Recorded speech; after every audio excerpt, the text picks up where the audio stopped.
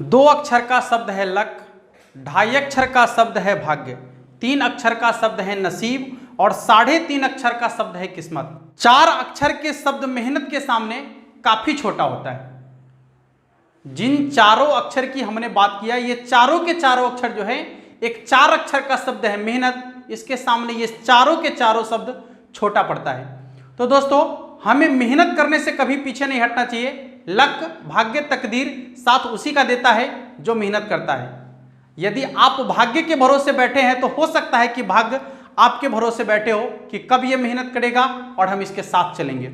आइए दोस्तों, आज से हम लोग शुरुआत करेंगे क्लास 10 का और साथ में STET जो आने वाला है आप लोग का, उसके लिए ऑब्जेक्टिव क्लास। ठीक है, ये खासकर क्लास 10 वालों के लिए है और STET वालों के लिए एक धांसू क्लास होगा आपका। इसका तरीका होगा कि सबसे पहले हम आपको पूरा डिटेल जानकारी देंगे, फिर एक एक क्वेश्चन ऑब्जेक्टिव क्वेश्चन को किस तरीके से आप बनाएंगे चंद सेकेंडों में, इन सारी चीजों को हम बात करेंगे इसमें। तो सबसे पहले आपको बता दें कि इसकी पूरी जानकारी, और आज हम लोग स्टार्ट करने वाले हैं संख्या पद्धति यानी नंबर सिस्टम। तो आइए पहले इसकी पूरी जानकारी हासिल करते हैं, फिर आपको एकदम शॉर्टकट तरीके से कैसे परिमेय संख्या पहचानना है, कैसे अपरिमेय संख्या पहचानना है, इन सारी चीजों की जानकारी हम आपको देंगे। वीडियो में लास्ट तक बने रहिएगा, भागिएगा नहीं, एक एक क्वेश्चन आपसे बनेगा। और मेरा नारा है इस बार का, जो भी बच्चे क्लास 10 में पढ़ रहे हैं, अब की बार 50 में 50 यानी 50 ऑब्जेक्टिव क्वेश्चन होगा, तो 50 में 50 मार्क्स लाना है। तो जुड़े रहिए हमारे साथ वीडियो में लास्ट तक, निश्चित रूप से आप उस मुकाम को हासिल करेंगे। देखिए, सबसे पहले आपको जानना है यह नंबर सिस्टम आखिर है क्या, यानी संख्या पद्धति। कुल जितनी संख्याएं हैं, सभी संख्या का जो एक समूह है, सिस्टम है, उसको हम लोग कहते हैं संख्या पद्धति। अब देखिए, संख्या पद्धति का जो सिस्टम है किस तरीके से सजाया गया है आपको पता चलेगा। यहां से पूरा सिस्टम को हम सजाकर लिखे यहां पर। ठीक है, संख्या पद्धति में सबसे पहला जो 2 संख्याएं हैं, वास्तविक संख्या और एक दूसरा आपका काल्पनिक संख्या। वास्तविक संख्या को इंग्लिश में हम लोग रियल नंबर बोलते हैं, ठीक है, और काल्पनिक संख्या को इमेजिनरी नंबर बोलते हैं। अब बात आती है कि वास्तविक संख्या क्या है। बहुत आसान चीज है, जितनी भी संख्याएं जिसका आप यूज करते हो अपनी जिंदगी में, जिसका भी यूज कर रहे हो, ये आपका सबके सब कौन सी संख्या है, वास्तविक संख्या है। जितनी भी संख्याएं हैं जिसका आप यूज कर रहे हैं, सबके सब वास्तविक संख्या है। ठीक है, तो यहां पर एक और डिफिनीशन है वास्तविक संख्या का। देखिए, यहां से पता चलेगा आपको वास्तविक संख्या किससे बना है, परिमेय संख्या और अपरिमेय संख्या के कलेक्शन से वास्तविक संख्या बना है। तो आपको मालूम रहेगा तब ना कि आखिर परिमेय संख्या क्या है, अपरिमेय संख्या क्या है, वो तो बाद की बात है। ठीक है, ये तो बाद में आता है ना, परिमेय संख्या और अपरिमेय संख्या। तो अभी आपको इतना जानना है कि वास्तविक संख्या यानी जितनी भी संख्या का आप प्रयोग करते हैं आप अपनी जिंदगी में, सबके सब आपका कौन सी संख्या है, वास्तविक संख्या है, यानी रियल नंबर है। अब दूसरा कंसेप्ट आपको यह समझना है कि देखिए, वास्तविक संख्या यदि x² का वैल्यू 0 से बड़ा हो जाए, ये बातें समझने की जरूरत है आपको। जो STET वाले हैं उनको ये बात समझने की जरूरत है कि जो संख्या यदि उसका वर्ग 0 से बड़ा हो, ठीक है, यानी मान लिया जाए कि संख्या को यदि हम x मानते हैं, तो यदि किसी संख्या का वर्ग 0 से ज्यादा हो, ठीक है, तो वह संख्या जो है आपका क्या होगा, वास्तविक संख्या होगा। 0 से ज्यादा कहने का क्या मतलब है, किसी संख्या का वर्ग 0 से ज्यादा कहने का क्या मतलब है कि वह कोई भी संख्या हो, ठीक है, यदि उसका वैल्यू 0 से ज्यादा है, वर्ग 0 से ज्यादा है, वो सबके सब कौन सी संख्या है, आपकी वास्तविक संख्या है। ठीक है, अब आइए समझते हैं इसको। जैसे मान लीजिए कि उस संख्या की बात करते हैं जिसका मान 0 से ज्यादा है, जिसके वर्ग का मान 0 से ज्यादा है। कोई भी संख्या आप ले लीजिए, जैसे मान लीजिए -1/2, इसका वर्ग करके देखिए कितना हो जाएगा, 1/4। ठीक है, एक संख्या ले लीजिए -1, वर्ग करके देखिए कितना के बराबर है, 1 के बराबर है। ले लीजिए √2, वर्ग करके देखिए कितना के बराबर है, 2 के बराबर है। ठीक है, तो जितनी भी सारी संख्याएं हैं, ठीक है, सबका यदि आप वर्ग करेंगे तो वह जो होगा 0 से क्या होगा, ज्यादा होगा। और जब 0 से ज्यादा होगा तो वह सभी के सभी संख्याएं कौन सी संख्याएं होगी, आपका वास्तविक संख्याएं होगी। तो ये देखिए, तो आपको सीधा समझना है कि यदि किसी संख्या का वर्ग 0 से बड़ा या 0 के बराबर हो, ठीक है, यदि किसी संख्या का वर्ग 0 से बड़ा या 0 के बराबर हो, तो वह सबके सब आपका वास्तविक संख्या कहलाता है। अब समझते हैं काल्पनिक संख्या। तो देखिए, काल्पनिक संख्या में क्या है, आपको एकदम आसानी से समझ में आ जाएगा।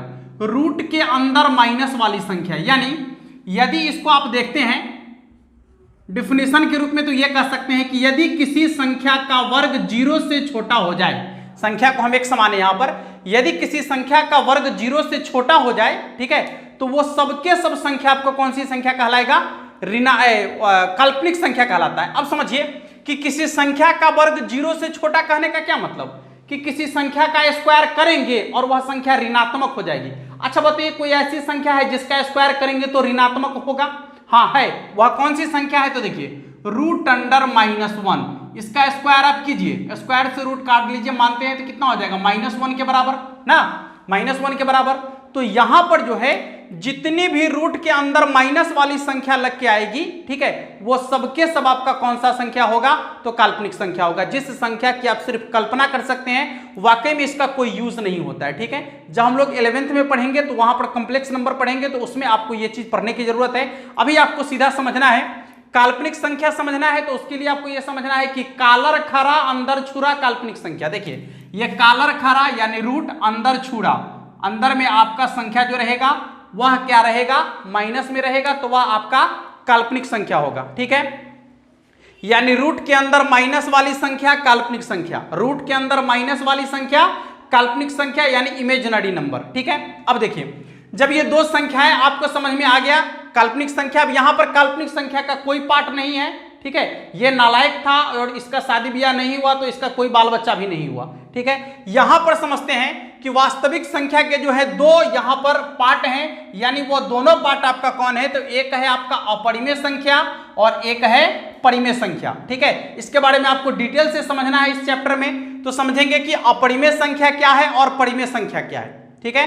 अपरिमेय संख्या क्या है और परिमेय संख्या क्या है। यहां पर हम इसका मोटा मोटी डिफिनेशन बताते हैं जो बहुत ज्यादा चलेबुल है, लेकिन इसके बारे में हम आपको और डीपली बताएंगे अभी इसके जस्ट बाद, ठीक है। तो घबराइएगा नहीं, एक सिंपल सा इसका हम एग्जांपल क्या बोलते हैं डिफिनेशन देते हैं आपको कि परिमेय संख्या वैसी संख्या जिसे P/Q के रूप में लिखा जाए जहां Q के जगह पर 0 नहीं होना चाहिए, अर्थात बटा में 0 नहीं होना चाहिए। यानी यदि किसी संख्या को आप P/Q के रूप में लिखते हैं जहां Q का मान 0 के बराबर नहीं होना चाहिए, ठीक है, वो सबके सब आपका कौन सी संख्या है? वो सबके सब आपका परिमेय संख्या है। और वैसी संख्या जिसे आप P/Q के रूप में नहीं वह सबके सब आपका परिमेय संख्या है। और वैसी संख्या जिसे आप P/Q के रूप में नहीं लिख सकते हैं, ठीक है, वो सबके सब कौन सी संख्या है? आपका अपरिमेय संख्या है, ठीक है। जिसे आप P/Q के रूप में नहीं लिख सकते हैं और Q के जगह पर 0 नहीं होना चाहिए, वो सबके सब कौन सी संख्या है? आपका अपरिमेय संख्या है। कुछ एग्जाम्पल इसका यदि लेते हैं तो कोई भी संख्या आप ले लीजिए, जैसे 1/2, 2/3, √4, √16, ठीक है, ये सबके सब आपका कौन सी संख्या है? तो ये सबके सब परिमेय संख्या है। और यदि अपरिमेय संख्या के बारे में देखा जाए तो √2, √3, 1 आपका हो जाएगा 4, 1, 4 ... ये सब आपका कौन सी संख्या है? अपरिमेय संख्या है, ठीक है। चलिए, तो परिमेय संख्या और अपरिमेय संख्या के बारे में आपको समझ में आ गया। फिर यहां समझते हैं कि परिमेय संख्या के यहां पर 3 पार्ट है, इसको हम 3 भागों में डिवाइड किए हैं, ठीक है। वह कौन कौन सा है? तो समझिएगा, एक है आपका पूर्ण संख्या जिसे हम होल नंबर कहते हैं, ठीक है, पूर्ण संख्या यानी होल नंबर। उसके बाद है प्राकृत संख्या और उसके बाद है आपका पूर्णांक संख्या। तो समझिए कि यहां पर पूर्ण संख्या क्या है, ठीक है। जैसे संख्या तो आप समझते हैं कि 1 से शुरू होती है, ठीक है, संख्या 1 से शुरू होती है और उसी के आगे यदि 0 लगा दिया जाए, ठीक है, यानी गिनती की संख्या के आगे यदि 0 लगा दिया जाए तो वह आपका कौन सा संख्या हो जाता है? पूर्ण संख्या होता है, ठीक है। गिनती की संख्या के आगे यदि 0 लगाते हैं तो वह आपका पूर्ण संख्या होता है, यानी 0, 1, 2, 3, 4 आगे की ओर बढ़ते जाएगा। गिनती की संख्या के आगे 0 लगाएंगे तो पूर्ण संख्या, और यदि 0 को हटा देंगे तो बन जाएगा प्राकृत संख्या। तो प्राकृत संख्या 1 से शुरू होकर गिनती के क्रम में आगे बढ़ते जाए इन्फिनिटिव, तो वह आपका कौन सी संख्या होगा? प्राकृत संख्या होगा। और पूर्णांक संख्या के बारे में यदि आपसे पूछा जाए तो पूर्णांक संख्या क्या होता है? देखिए, ऋणात्मक संख्या और धनात्मक संख्या के साथ में 0 भी, ठीक है। यहां देखिए ऋणात्मक संख्या यानी इधर ऋणात्मक है -1, -2, -3, यहाँ 0, यहाँ 1, यहाँ 2, 3, 4 ऐसे ही।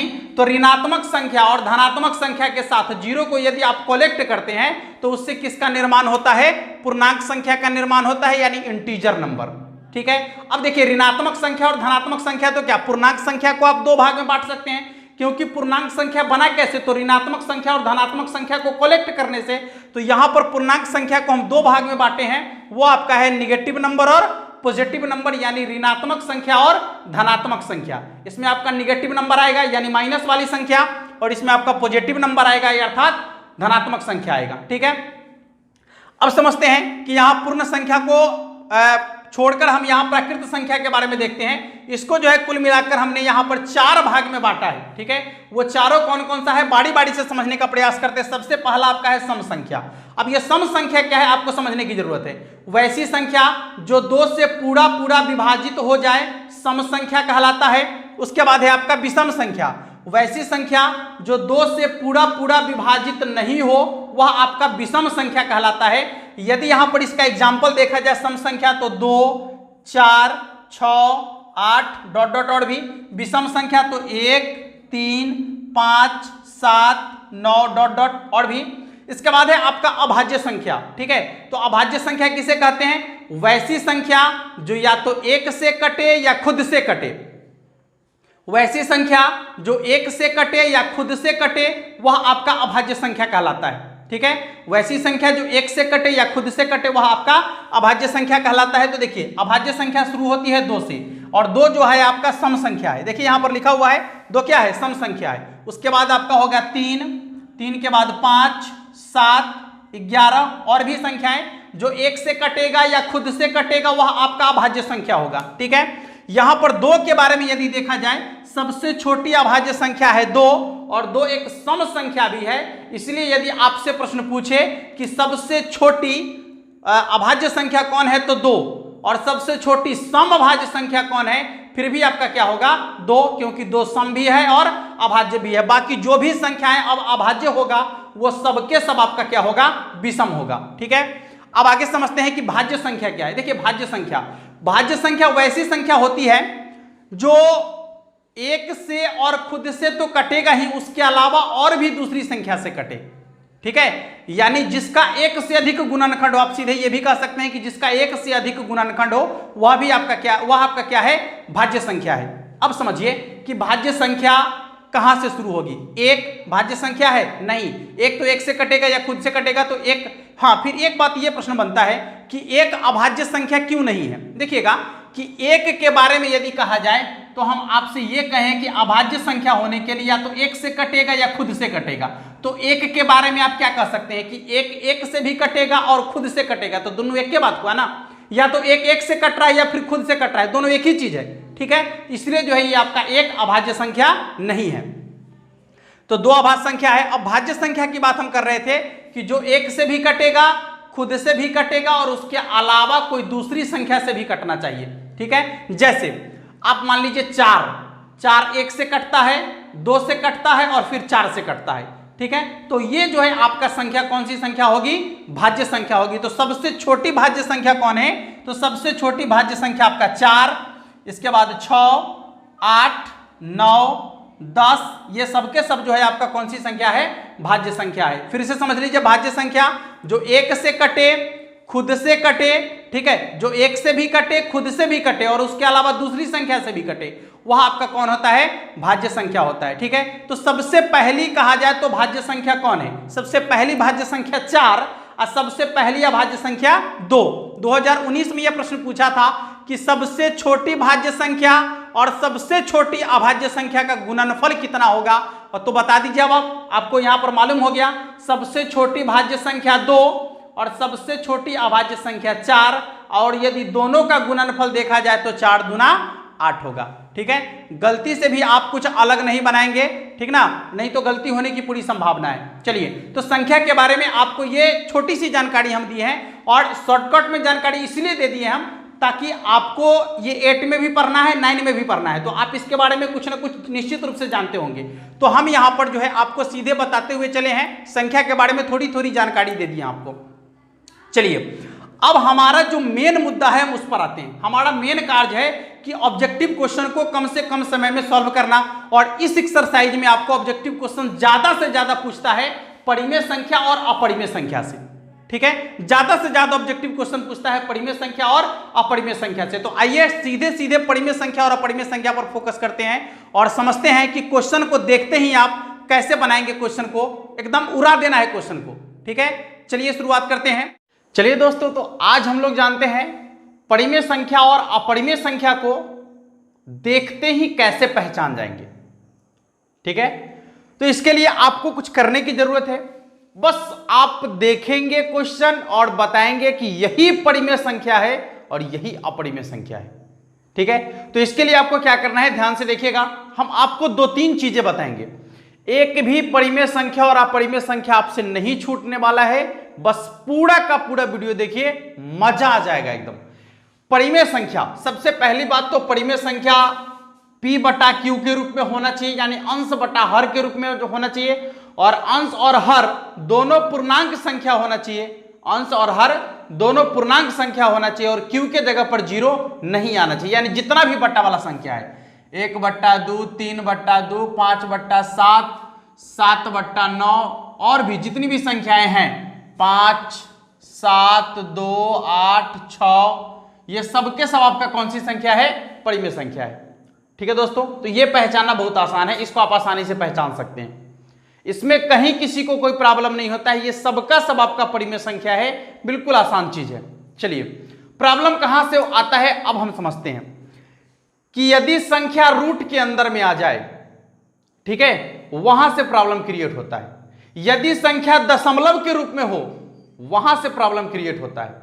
ठीक है, तो आज इन सारे प्रॉब्लम को खत्म करेंगे और फिर से एकदम नए तरीके से सीखेंगे परिमेय और अपरिमेय संख्या को छांटना। ये तो सिंपल है, जिसको आप आसानी से पहचान जाइएगा। देखिए, अब यदि संख्या रूट के अंदर में लिखा हुआ रहेगा तो कैसे पहचानेंगे कि वह परिमेय है या अपरिमेय है? बहुत आसान है, एकदम आसान है।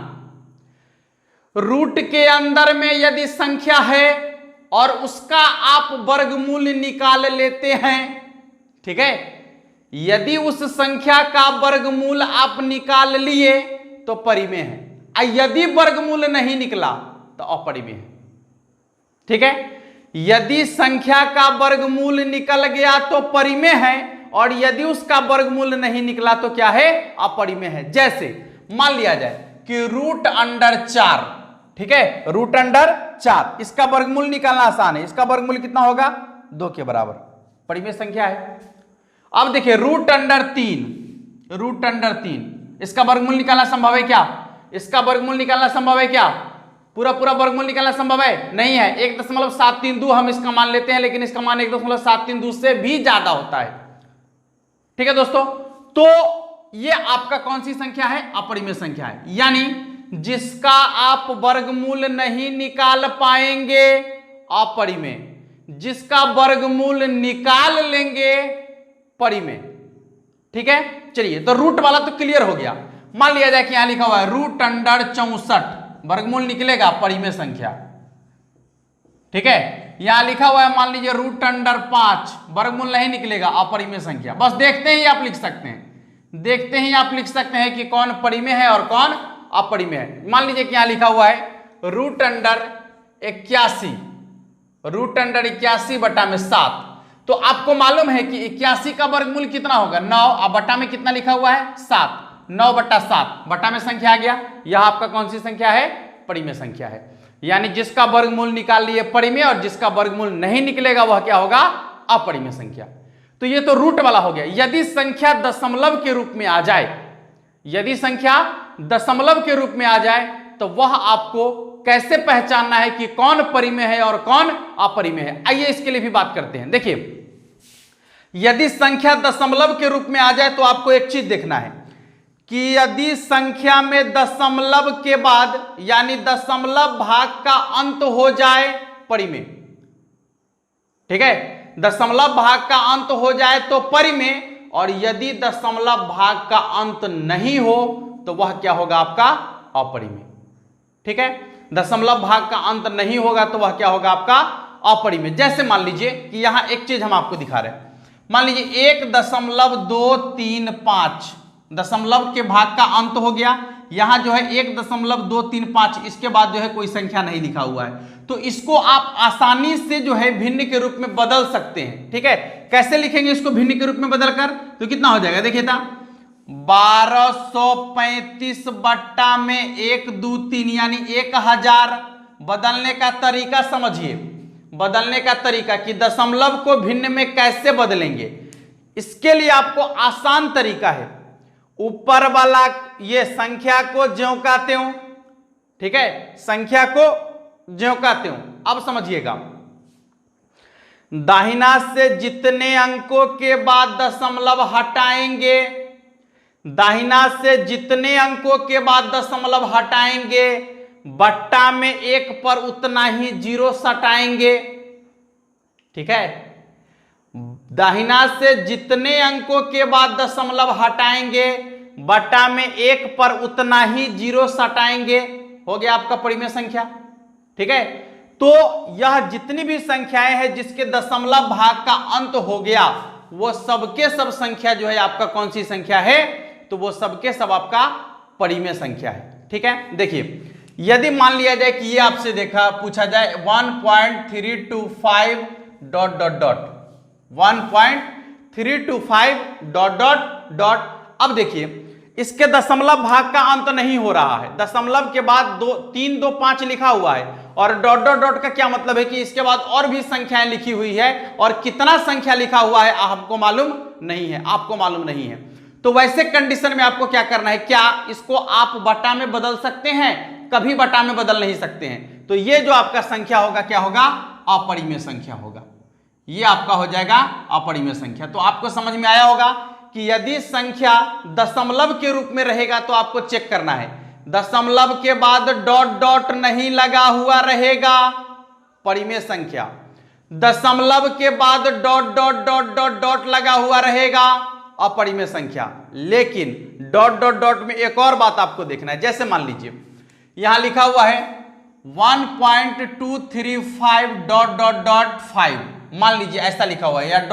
7 ऐसा लिखा हुआ है, तो यह जो है आपका कौन सी संख्या हो जाएगा? फिर परिमेय संख्या हो जाएगा। दोस्तों अब पूछ रहे हैं कि क्यों परिमेय संख्या हो जाएगा, तो देखिए इसका सिंपल सा जवाब है कि दशमलव के बाद बीच वाली संख्या कुछ ना कुछ है, लेकिन लास्ट वाली संख्या कितना लिखा हुआ है? 7। इससे यह अर्थ स्पष्ट होता है कि इसके दशमलव भाग का अंत हो गया है, चाहे जितना अंक के बाद अंत हुआ हो, लेकिन अंत हो गया है। तो जिसके दशमलव भाग का अंत हो गया वह आपका क्या होगा? परिमेय। ... लगा हुआ रहेगा, बाद में यदि संख्या लिख दिया जाए कोई, तो वह आपका क्या हो जाएगा? परिमेय संख्या हो जाएगा। ठीक है, एक और ... की चर्चा कर लेते हैं। जैसे मान लीजिए 2.35444 ... देखिए यहां पर समझने की जरूरत है, यदि 2.35444 आ गया, अब इसका क्या मतलब है कि ये 444 का मतलब है कि ये 444 ही बार बार आ रहा है। ठीक है, इसका मतलब आप ये लिख सकते हैं कि 2.354 यानी 444 ... आ रहा है, तो इसका मतलब है कि 4 के ऊपर क्या है? रेकरिंग है। 4 के ऊपर क्या है? रेकरिंग है। और ये रेकरिंग वाली संख्याएं जो होती है ये परिमेय संख्या होती है, याद रखिएगा हमेशा। रेकरिंग वाली संख्या परिमेय संख्या होगी। रेकरिंग वाली संख्या कौन सी संख्या होगी? परिमेय संख्या होगी। और रेकरिंग को पहचानेंगे कैसे? या तो रेकरिंग लगा हुआ रहेगा, ठीक है, और नहीं रेकरिंग लगा हुआ रहेगा तो आपको उस समय एक चीज देखना है कि कोई ऐसी संख्या है जो बार बार लगातार रिपीट कर रहा है। ठीक है, बार बार लगातार रिपीट कर रहा है। तो यदि संख्या एक ही संख्या बार बार लगातार रिपीट करके आ रहा है, इसका मतलब है कि वही संख्या के ऊपर क्या होने वाला है? रेकरिंग होने वाला है। और रेकरिंग वाली संख्या जो है आपका कौन सी संख्या होगी? परिमेय संख्या होगी। ठीक है, रेकरिंग वाली संख्या कौन सी संख्या होगी? परिमेय संख्या। तो एक बार हम पूरे को ठीक से समझ लेते हैं। देखिए, एक तो आप आसानी से बता सकते हैं जो ये बटा वाला संख्या है जितना, ये सब आपका जो है परिमेय संख्या होगा, इसमें नो डाउट। ठीक है, इसमें किसी को डाउट नहीं होगा। अब बात आता है डाउट कहां से? तो डाउट आता है रूट वाला से। तो रूट वाला के लिए हम आपको बता दिए हैं एकदम अचूक और रामबाण तरीका। वर्गमूल पूरा पूरा निकल गया, परिमेय संख्या। वर्गमूल पूरा पूरा नहीं निकला, अपरिमेय संख्या। ठीक है, वर्गमूल पूरा पूरा निकल गया, परिमेय। वर्गमूल पूरा नहीं निकला तो क्या होगा? अपरिमेय, नहीं निकला अपरिमेय, निकल गया परिमेय। ठीक है, अब देखिए दशमलव वाला में लोचा है तो उसको ठीक से समझने की जरूरत है। देखिए दशमलव भाग का अंत हो गया, यानी दशमलव के बाद डॉट डॉट डॉट नहीं लगा हुआ है, तो वह आपका परिमेय होगा, डेफिनिट, नो डाउट। यदि दशमलव के बाद डॉट डॉट डॉट लग के आ जाए तो वह आपका जो है अपरिमेय होगा, वह आपका क्या होगा, अपरिमेय होगा। लेकिन उसमें आपको ध्यान रखना है कि दशमलव के बाद डॉट डॉट डॉट जो लिखा हुआ है उसके बाद यदि कोई संख्या लिख दिया जाए तो फिर वह आपका परिमेय हो जाएगा। ठीक है, और दूसरा कंडीशन कि दशमलव के बाद डॉट डॉट डॉट तो लगा हुआ है, लेकिन यह भी आपको देखना है कि कहीं कोई एक ही संख्या तो बार बार रिपीट नहीं कर रहा है, और यदि एक ही संख्या बार बार रिपीट कर रहा है तो वह जो संख्या होगा आपका क्या होगा, परिमेय संख्या होगा। और इसलिए परिमेय संख्या होगा क्योंकि जो संख्या बार बार रिपीट कर रहा है उसके ऊपर आप रेकरिंग लगा सकते हैं, और रेकरिंग वाली संख्या को आप आसानी से जो है भिन्न के रूप में बदल सकते हैं, जो आपको 9th में पढ़ना है। ठीक है, यदि आपको बदलने नहीं आता है तो नीचे कमेंट बॉक्स में लिखें, हम इसके लिए एक प्रॉपर वीडियो आपको बनाकर देंगे कि रेकरिंग वाली संख्या को किस तरीके से आसानी से भिन्न में बदला जाता है, वो भी एकदम ट्रिक के माध्यम से। ठीक है, डिटेल भी उसका बताएंगे और ट्रिक भी आपको बता देंगे। तो परिमेय और अपरिमेय को इस तरीके से आप छांट सकते हैं। अब सबसे फाइनल बात आपको अब समझना है, क्या समझना है, ठीक से देखिएगा। यदि ध्यान दीजिएगा, यदि एगो परिमेय संख्या है और एगो अपरिमेय संख्या ले लिया जाए, बात को गौर से समझिएगा। एक परिमेय संख्या और एक अपरिमेय संख्या को आप जोड़िएगा, घटाइएगा, गुना कीजिएगा या भाग कीजिएगा, संख्या हमेशा अपरिमेय होगी।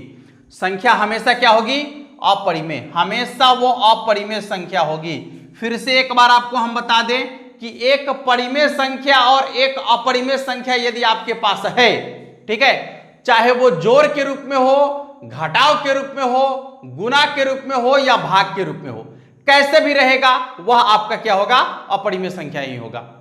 ठीक है दोस्तों, तो इस तरीके से आप समझ सकते हैं कि परिमेय संख्या और अपरिमेय संख्या। जैसे मान लीजिए यहां पर हम लिखे √3, तो आप जैसे ही यहां √3 लिखे तो आपको एक चीज समझ में आ गया कि √3 इसका पूरा पूरा वर्गमूल निकालना संभव नहीं है। ठीक है, इसलिए यह जो है आपका अपरिमेय संख्या है, और इसी में यहां लिख दिए 2, तो इसका क्या मतलब हो गया, 2√3, यानी यह आपका परिमेय संख्या है और यह आपका क्या है, अपरिमेय संख्या है ना।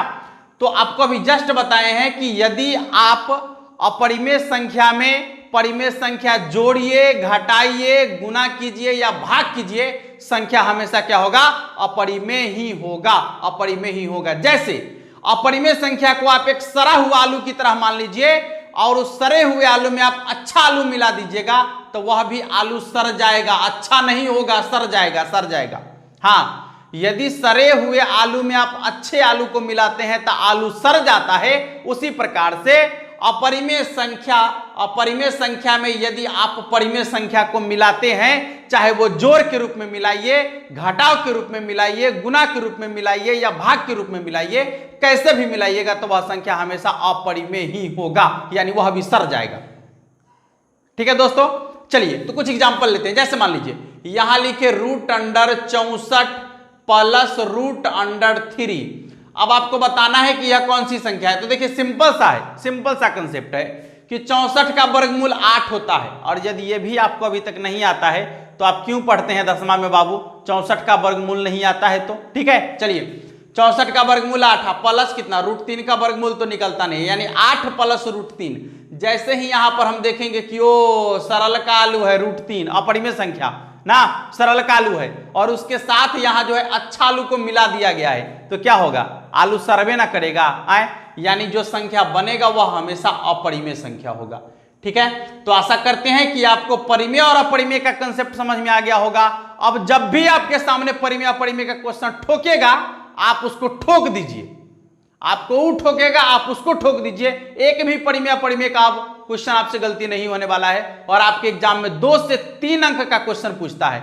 चलिए एक सबसे हिट क्वेश्चन है जिसकी बात कर लेते हैं हम। आपसे खूब पूछता है कि पाई कौन सी संख्या है, पाई। तो पाई एक अपरिमेय संख्या है बाबू, इसको क्लियर करते हैं अभी। पाई एक अपरिमेय संख्या है, जबकि पाई का मान 22/7 एक परिमेय संख्या है। पाई का मान 22/7 एक परिमेय संख्या है और पाई एक अपरिमेय संख्या है। तो अब कहेंगे कि ऐसा कैसे हो गया कि पाई जो है एक अपरिमेय संख्या है और उसका मान 22/7 जो है एक परिमेय संख्या है। तो समझने की जरूरत है, पाई का जो एक्चुअल वैल्यू है, ठीक है, 3.14 जो हम लोग मानते हैं ये माना हुआ वैल्यू है, ये इसका एग्जैक्ट वैल्यू नहीं है। इसका ये जो वैल्यू है पाई का 3.14 के बाद बहुत लंबा तक जाता है, यानी दशमलव के बाद उसमें डॉट डॉट डॉट आ जाता है और वही इसका ओरिजिनल वैल्यू है पाई का, ठीक है, वही पाई का ओरिजिनल वैल्यू है। तो आप समझिए कि यदि पाई का मान दशमलव के बाद डॉट डॉट डॉट में आता है तो क्या वह परिमेय संख्या है? नहीं है, क्योंकि परिमेय संख्या होने के लिए दशमलव के बाद डॉट डॉट नहीं होना चाहिए, ठीक है, दशमलव के बाद डॉट डॉट नहीं होना चाहिए। लेकिन यहां पाई का जो आप मान निकालेंगे तो आपको उसमें दशमलव के बाद जो है माने लंबा विभाजन होता है, लंबा विभाजन दशमलव के बाद, ठीक है। और उसी को जो है हम लोग मानक रूप में यानी लगभग कहा जाए तो लगभग 22/7 के रूप में मान लेते हैं। तो 22/7 तो यह इसका जो है लगभग मान है और यह बटा के रूप में भी लिखा हुआ है और पूर्णांक संख्या भी है, बटा में 0 भी नहीं है, इसलिए यह कौन सी संख्या होगी? परिमेय संख्या होगी। तो अब आप बताइए कि पाई जब एक अपरिमेय संख्या है तो पाई/2 कौन सी संख्या है? एकदम निश्चित है कि अपरिमेय होगा। क्यों? क्योंकि यह सरा हुआ आलू है, अपरिमेय है, सरा हुआ आलू है, उसके साथ दू निमनका आलू को हम मिला दिए तो वह भी ना सर जाएगा, यानी वह भी क्या हो जाएगा? अपरिमेय हो जाएगा। ठीक है मेरे प्यारे साथियों, तो आइए फटाफट से कुछ क्वेश्चन कर लेते हैं। ऑब्जेक्टिव क्वेश्चन आपको इस तरीके से हम पढ़ाएंगे कि 50 में 50 इस बार आएगा, पक्का आएगा। हर एक विद्यार्थी के अंदर वो क्षमता पैदा कर देंगे कि एकदम 50 में 50 ऑब्जेक्टिव बना के आइएगा आप, ये पूरी गारंटी हम लेते हैं। बस आप वीडियो को देखते रहिए और अपने दोस्तों में शेयर करते रहिए वीडियो को, ताकि ये और भी लोगों तक पहुंच सके। ऐसा कंसेप्ट हम लेकर आएंगे आपके लिए। ये तो अभी कुछ नहीं है, ये तो एकदम सिंपल सा कंसेप्ट आपको दिए हैं जो आप आसानी से परिमेय और अपरिमेय में, जिसका पूरा वर्गमूल निकल गया परिमेय है, नहीं निकला अपरिमेय है। दशमलव वाला यदि आ गया, ठीक है, तो देखना है दशमलव के बाद डॉट डॉट है कि नहीं है तो परिमेय है। यदि दशमलव के बाद डॉट डॉट है तो वह आपका अपरिमेय है। लेकिन वहां पर चेक करना है आपको। क्या चेक करना है? कि दशमलव के बाद डॉट डॉट के बाद कोई अंक तो ना लिखल है, ठीक है, दशमलव के बाद डॉट डॉट दिया हुआ है लेकिन उसके बाद कोई अंक तो नहीं लिखा हुआ है। यदि उसके बाद अंक लिख दिया तो फिर परिमेय है। यदि कोई एक ही संख्या बार बार रिपीट कर रहा है अनंत तक तो वह भी आपका परिमेय है, क्योंकि वो रेकरिंग वाला संख्या है और रेकरिंग वाले संख्या को आप आसानी से जो है भिन्न के रूप में बदल सकते हैं दोस्तों। ठीक है, तो अब आइए क्वेश्चन की शुरुआत करते हैं। क्वेश्चन आपको यहां दिखेगा लगातार और फटाफट से अभी 10 क्वेश्चन हम करेंगे और फिर 10 क्वेश्चन आपको देंगे बनाने के लिए, जिसका आंसर आप कमेंट बॉक्स में लिखिएगा कि इसका आंसर क्या होने वाला है। ठीक है दोस्तों, आइए शुरुआत करते हैं क्वेश्चन की। देखिए सबसे पहला क्वेश्चन आपको आपके सामने दिख रहा होगा। क्वेश्चन हम यहां से पढ़ते हैं। देखिए क्या कहता है कि निम्नलिखित में कौन परिमेय संख्या है। पहले आप क्वेश्चन देखिए, अपने से आंसर कर लीजिए, वीडियो को रोककर अपने से आंसर कर लीजिए और आंसर करने के बाद फिर वीडियो को चालू कीजिए और अब आज जाके आप आंसर मिलाइए कि आपका जो आंसर है, आपने जो लिखा है वो सही है या नहीं। सही तरीका यही है आपको ऑब्जेक्टिव क्वेश्चन बनाने का। क्वेश्चन आपके सामने है, निम्नलिखित में कौन परिमेय संख्या है, जबकि ऑप्शन है √49/64, √81/91, √31/91 और √49/101। निम्नलिखित में कौन परिमेय है? तो सब रूट वाला है, तो जिसका पूरा वर्गमूल निकल गया परिमेय, और जिसका पूरा वर्गमूल नहीं निकला वह आपका अपरिमेय है। तो ऑप्शन नंबर ए देखिए ना, क्या है? √49/64। ऑप्शन नंबर ए √49/64। तो आपको मालूम है 49 का वर्गमूल कितना होता है? 7। 64 का वर्गमूल 8 हो गया परिमेय संख्या। यही ना आपका परिमेय संख्या होगा। कितना आसान है, हैं? आप एग्जाम में गलती कर लीजिएगा इस तरीके से, कुछ गलती नहीं होगा। एक क्वेश्चन आपसे बनेगा परिमेय और अपरिमेय का। आइए दूसरा क्वेश्चन, निम्नलिखित में कौन अपरिमेय संख्या है? दूसरा क्वेश्चन आपको दिख रहा होगा यहां पर, निम्नलिखित में कौन अपरिमेय संख्या है? ऑप्शन है आपका √36/√64, दूसरा √1/81 √3/5 और -9/√49। तो पहला जो आपका √36/√64 आपको दिख रहा है, तो आपको मालूम है 36 का वर्गमूल 6, 36 का वर्गमूल 6 और 64 का वर्गमूल कितना 8।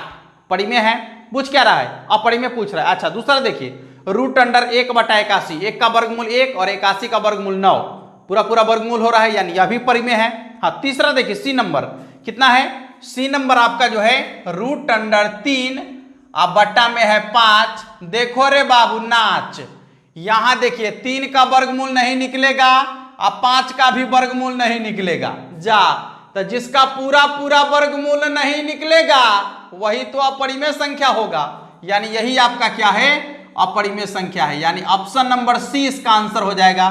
बस ऐसे ही आप क्वेश्चन बनाते रहिए। देखिए क्वेश्चन आपको मिलेगा, वीडियो को रोक दीजिए, पहले अपने से बना लीजिए फिर मिला लीजिए। चलिए अगला क्वेश्चन कहता है निम्न में कौन सी संख्या अपरिमेय है, निम्न में कौन सी संख्या अपरिमेय है, जबकि आपको ऑप्शन दिया गया है। पहला कहता है √9। अच्छा बताइए तो 9 का वर्गमूल आपको मालूम है 3 होता है। उसके बाद है √20, तो देखिए 20 का वर्गमूल नहीं होता है, √20, 20 का वर्गमूल कितना होगा बताइए तो, 20 का वर्गमूल नहीं हो सकता है। इसलिए जो है यदि आप इसको लिखना चाहते हैं तो देखिए 20 को ये लिख सकते हैं, थोड़ा सा बढ़ा के आपको बता रहे हैं, 4 × 5 लिख सकते हैं, 4 का वर्गमूल होता है 2, तो हो गया 2√5। देखो रे बाबू 5 का वर्गमूल नहीं होगा, जब इसका वर्गमूल नहीं होगा तो ये आपका अपरिमेय है और ये आपका परिमेय है। तो अपरिमेय संख्या को परिमेय संख्या से गुना करने पर क्या होगा, अपरिमेय ही ना होगा। है सरल का आलू में निमन का आलू मिला दीजिएगा तो आलू सरिये न जाएगा, कि जो सरल का आलू है वो निमन हो जाएगा,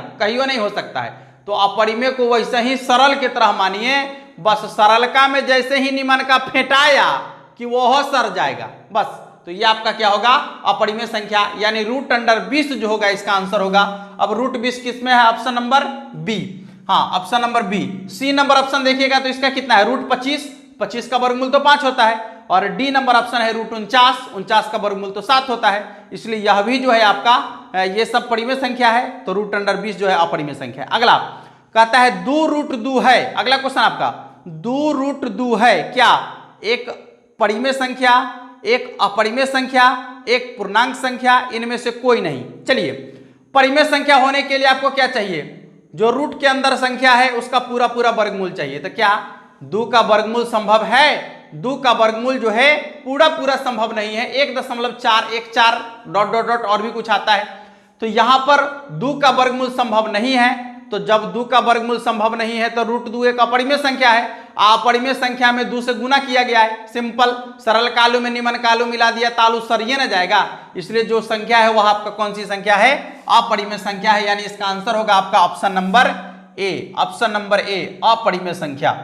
ठीक है, ऑप्शन नंबर ए अपरिमेय संख्या। चलिए अगले क्वेश्चन को देखते हैं। अगला क्वेश्चन आपके सामने दिख रहा होगा, निम्नलिखित में π/2 क्या है, π/2 क्या है, अभी आप जस्ट देखे हैं। पाई एक अपरिमेय संख्या है और अपरिमेय संख्या में 2 से भाग किया गया है, यानी वही बात फिर से कि निमनका आलू में सरल का आलू मिला दिया है। ठीक है, तो जो आलू होगा वो तो सर जाएगा यानी अपरिमेय हो जाएगा। तो π/2 कौन सी संख्या है, अपरिमेय संख्या है। ठीक है, तो π/2 अपरिमेय संख्या है, यानी इसका आंसर होगा आपका ऑप्शन नंबर बी, जिसमें लिखा हुआ है कि π/2 जो है कौन सी संख्या है आपका, अपरिमेय संख्या। π/2 एक अपरिमेय संख्या होगा। आइए अगले क्वेश्चन को देखते हैं। कहता है निम्नलिखित में कौन अभाज्य संख्या है। चलिए कोई बात नहीं है, परिमेय संख्या अपरिमेय संख्या देखते देखते अभी आ गया कि निम्नलिखित में कौन अभाज्य संख्या है। अभाज्य संख्या, अभाज्य संख्या के बारे में आपको बता दिए हैं, जब आप ये देख रहे थे उसी समय आपको बताए थे कि अभाज्य संख्या वैसी संख्या जो या तो 1 से कटे या फिर अपने से कटे। अभाज्य संख्या जो या तो 1 से कटे या फिर अपने से कटे, वही कौन सी संख्या होगी, अभाज्य संख्या। तो यहां ऑप्शन आपके सामने है 8, 1 से भी कटता है, 2 से भी कटता है, 4 से भी कटता है, 8 से भी कटता है, तो यह तो आपका अभाज्य संख्या नहीं हो सकता है। उसके बाद दूसरा ऑप्शन है 9, 1 से कटता है, 3 से कटता है, 9 से कटता है, इसलिए 9 भी आपका अभाज्य संख्या नहीं हो सकता है। अगला ऑप्शन है आपका सी 11। अब देखिए 11 या तो 1 से कटेगा या फिर 11 से कटेगा, तो यहां पर जो है आपका अभाज्य संख्या कौन हो जाएगा, 11 कौन सी संख्या होगी, अभाज्य संख्या होगी। ठीक है, तो अभाज्य संख्या के बारे में आपको पता चल गया। अगला क्वेश्चन आपका है अगला क्वेश्चन क्या कहता है कि निम्न में कौन परिमेय संख्या है। ठीक है, निम्न में कौन परिमेय संख्या है, जबकि आपका ऑप्शन है √3 परिमेय है। अरे √3 पूरा पूरा वर्गमूल नहीं निकल रहा है उसका, इसलिए वह अपरिमेय है। दूसरा है 2√2 बटा में √2। हाँ समझिए, देखिए 2√2 बटा में है √2, तो देखिए यहां पर √2 से √2 कट गया ना, √2 से √2 कट गया तो क्या बच गया 2। अब बताइए 2 कौन सी संख्या है, परिमेय है ना, यही ना आपका आंसर होगा। 2 एक परिमेय संख्या है। अगला ऑप्शन आप चाहिए तो चेक कर सकते हैं, सी नंबर ऑप्शन क्या कहता है 4 + √5। √5 एक अपरिमेय संख्या है और उसमें आप 4 जोड़ रहे हैं, वही काम कर रहे हैं, सरे हुए आलू में अच्छे आलू को मिला रहे हैं, इसलिए जो आलू होगा वो सर जाएगा। तो 4 + √5 एक अपरिमेय संख्या होगी। और अगला आपका है √6 का भी वर्गमूल नहीं होता, इसलिए वह भी आपका अपरिमेय संख्या होगा। अगला, निम्नलिखित में कौन परिमेय संख्या है, निम्नलिखित में कौन परिमेय संख्या है। ऑप्शन देखिएगा √7 यानी 7 का वर्गमूल होता है, नहीं होता है, अपरिमेय। दूसरा √2 बटा √5, न 2 का वर्गमूल होता है न 5 का वर्गमूल होता है, यह भी आपका अपरिमेय। √3 बटा √7, न 3 का वर्गमूल न 7 का वर्गमूल, यह भी आपका अपरिमेय। और अगला है √75 बटा √48। समझिए इसको, √75 बटा √48, 75 बटा में √48। ध्यान दीजिएगा, यदि 3 के पहाड़ा से देखा जाए तो 3 के पहाड़ा से इसको काटेंगे तो 25 और 3 के पहाड़ा से इसको काटेंगे तो 16, यानी हो जाएगा आपका √25 बटा में √16। अब 25 का वर्गमूल 5, 16 का वर्गमूल 4, यानी हो गया 5/4। देख लीजिए पूरा पूरा वर्गमूल हो गया। तो जब पूरा पूरा वर्गमूल हो गया यानी यह कौन सी संख्या है, आपका परिमेय संख्या है। ठीक है, चलिए तो अब बाकी बचे क्वेश्चन 7, 8, 10 क्वेश्चन तो देख ही लिए। बाकी परिमेय और अपरिमेय का बचा हुआ क्वेश्चन 10 क्वेश्चन आपको यहां भी दिखेगा और इन 10 क्वेश्चन का आंसर आप कमेंट बॉक्स में जरूर लिखिएगा। और इतना ही पढ़िए, खत्म नहीं होने वाला है, इसका एक क्लास और आने वाला है। ठीक है, तो आप लोग धैर्य बनाए रखिए और एकदम विश्वास के साथ हम आपको कहते हैं कि पूरा का पूरा ऑब्जेक्टिव क्वेश्चन आपको यूं ही जुबानी एकदम आपके दिमाग में आ जाएगा। क्वेश्चन देखिएगा, आंसर बनाइएगा। ठीक है, तो ऐसी तरह से वीडियो को शेयर करते रहिए और यदि पसंद आए तो लाइक जरूर कर दीजिएगा और ये क्वेश्चन जरूर बनाइएगा साथियों। जो 10 क्वेश्चन हम आपको दे रहे हैं, ये 10 क्वेश्चन को बनाकर उसका आंसर कमेंट बॉक्स में आप जरूर लिखिए। इस वीडियो में इतना ही, फिर मिलेंगे अगले वीडियो में इसके आगे का कंसेप्ट को लेकर। और आप हंसते रहिए, मुस्कुराते रहिए और तैयारी में तो कभी कमी नहीं कीजिए आप। ठीक है, बस आज के लिए इतना ही, तब तक के लिए जय हिंद।